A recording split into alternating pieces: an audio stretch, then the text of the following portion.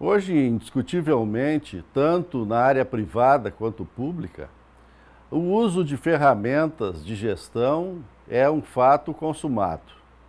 Na área da saúde, nós temos sistemas de informações muito amplos e que estão todos eles dentro do sistema da vigilância em saúde. E um deles, muito importante, é a taxa de mortalidade infantil. Que seria isso? É o número de óbitos de crianças antes de completar um ano de idade em determinada localidade. Esse indicador, ele é um indicador internacional e ele mostra as condições dessa localidade, qual é a qualidade dos serviços de saúde, a questão do saneamento básico e da educação.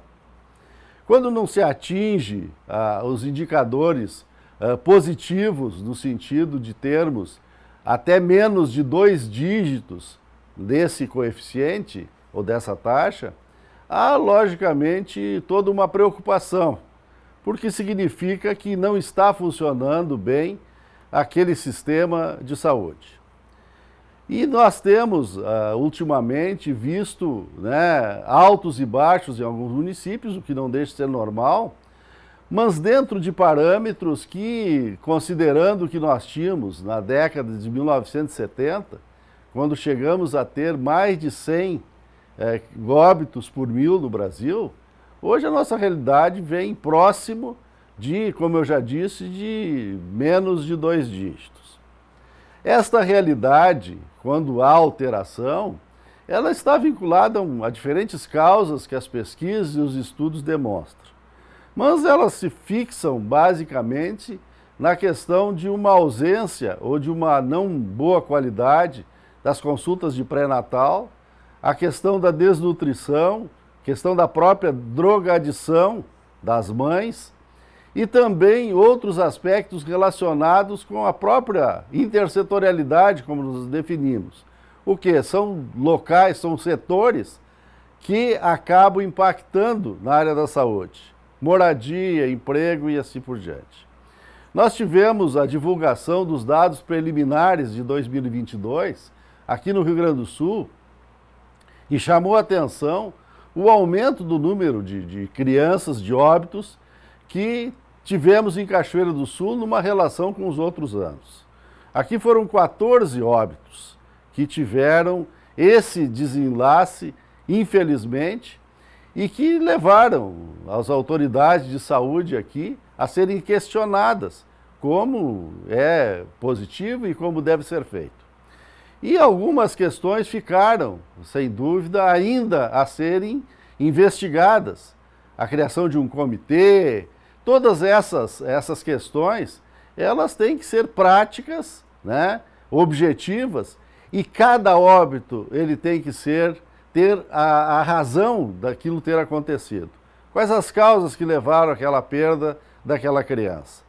E isto, sendo 1 ou sendo 14, como foi o caso, não importa, todos têm que ter esse tipo de averiguação. E mais do que isso ser divulgado, é uma informação pública, independente de alguns acharem que isso pode dar algum reflexo político.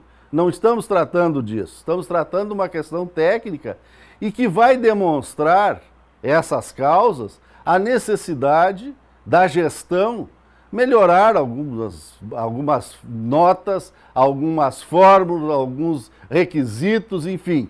Todas essas questões que envolvem esta área muito grande que é a área da saúde da mulher. Esses 14 óbitos que nós tivemos, foram 14 sonhos que foram interrompidos. Foram cachoeirenses que deixaram de nascer, aliás, nasceram, mas que não conseguiram ir adiante no seu processo de vida. E isso é muito lamentável. Por isso que nós termos as informações e não dá para nós acharmos culpados, não existem culpados. Existe sim toda uma situação que se impôs. Se as mães eram, como foi dito, usuárias de crack, e esta é a razão de 3 óbitos, segundo foi colocado na imprensa, mais razão ainda para que houvesse um trabalho de outros setores do próprio sistema de saúde no sentido preventivo. A drogadição está aí, o crack está aí e tem gestação no meio desse processo todo. Então não dá para nós deixarmos este assunto passar batido. Então fizemos essa reflexão, ela é importante, e o senhor e a senhora que está me assistindo em outras localidades, faça esse questionamento, como é que está a questão da mortalidade infantil no seu município. Esse é um bom indicador, a exemplo também da cobertura vacinal. São dois indicadores que demonstram a qualidade do serviço de saúde e do sistema de saúde como um todo.